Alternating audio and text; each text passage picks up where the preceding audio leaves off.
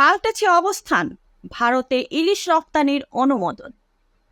নিজেদের অবস্থান পাল্টে আসন্ন দুর্গাপূজা উপলক্ষে ভারতে ৩,০০০ টন ইলিশ মাছ রপ্তানির সিদ্ধান্ত নিয়েছে সরকার। দেশটিতে ইলিশ মাছ রপ্তানির অনুমতি দিয়ে আজ শনিবার ২১শে সেপ্টেম্বর বাণিজ্য মন্ত্রণালয় থেকে একটি বিজ্ঞপ্তি প্রকাশ করা হয়েছে।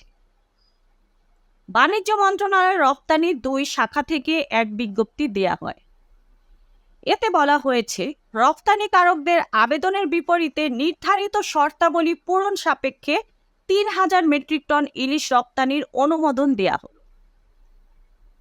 সংশ্লিষ্ট আবেদনকারীকে প্রয়োজনীয় কাগজপত্র সহ আগামী ২৪শে সেপ্টেম্বর ২০২৪ তারিখ দুপুর ১২টার মধ্যে বাণিজ্য মন্ত্রণালয় বরাবর উপসচিব, রপ্তানি ২ শাখা, কক্ষ নং ১২৭, ভবন নং ৩, বাণিজ্য মন্ত্রণালয়, বাংলাদেশ সচিবালয় আবেদন করার জন্য নির্দেশক্রমে অনুরোধ করা হল।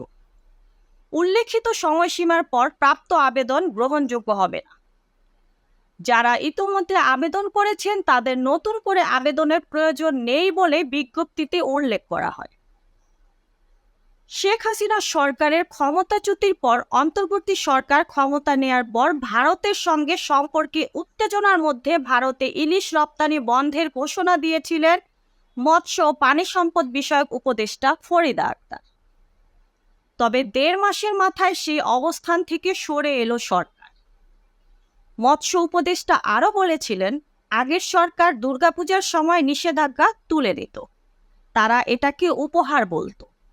এইবার আমি মনে করি না আমাদের উপহার দেওয়ার দরকার আছে, কারণ ভারতে প্রচুর পরিমাণে রপ্তানির অনুমতি দিলে আমাদের লোকেরা মাছ খেতে পারবে না। এর মধ্যে ভারতের পক্ষ থেকে ইলিশ পাঠানোর আবদার করে বাংলাদেশের কাছে চিঠি পাঠানোর খবর পাওয়া যায়। এক খবরে হিন্দুস্তান টাইমস জানায়, গত ৫ বছর ধরে ইলিশ আমদানি হয়েছে বাংলাদেশ থেকে। এবারও সেই রীতি মেনে ভারতে ইলিশ পাঠানোর জন্য বাংলাদেশ সরকারের উপদেষ্টা তৌহিদ হোসেনের কাছে আবেদন করেছে ফিশ ইম্পোর্টার অ্যাসোসিয়েশন।